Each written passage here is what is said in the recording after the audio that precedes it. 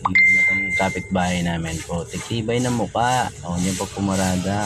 O, kita mo. O, patingin-tingin to. Pero yung kotse niyan, hulugan lang yan guys.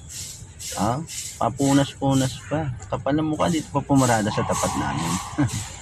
Tibay o. O, pamewang-mewang pa yan. Ako. Parang yung pinupunasan lang harapan eh. O. Tibay ng mukha ng kapitbahay namin guys. Dito pa pumarada sa tapat yan guys. Pero hindi man lang nagpaalam. Di ba?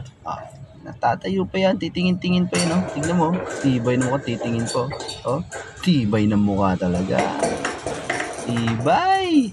Tignan mo. Matik na, may maiinggit na naman sa akin. Bagong kotse eh. Inggit na naman yung kapitbahay namin. Paparada lang saglit sa tapat.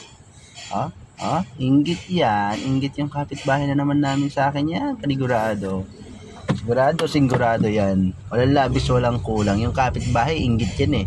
Di porket may wala kaming paradahan, gagawa ko ng paraan. Kapitbahay natin, inggit yan eh. Inggit yan.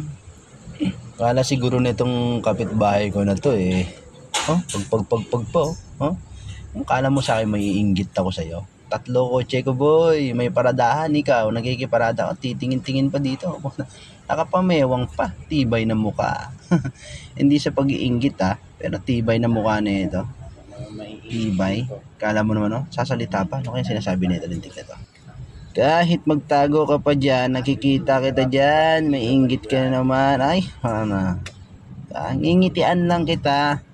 Inggit ka, pikit ka. Ganyan ang kapitbahay pag inggit, pikit, di ba? Tibay niya. Butas sa akin yung kotse mo mamaya, sigurado.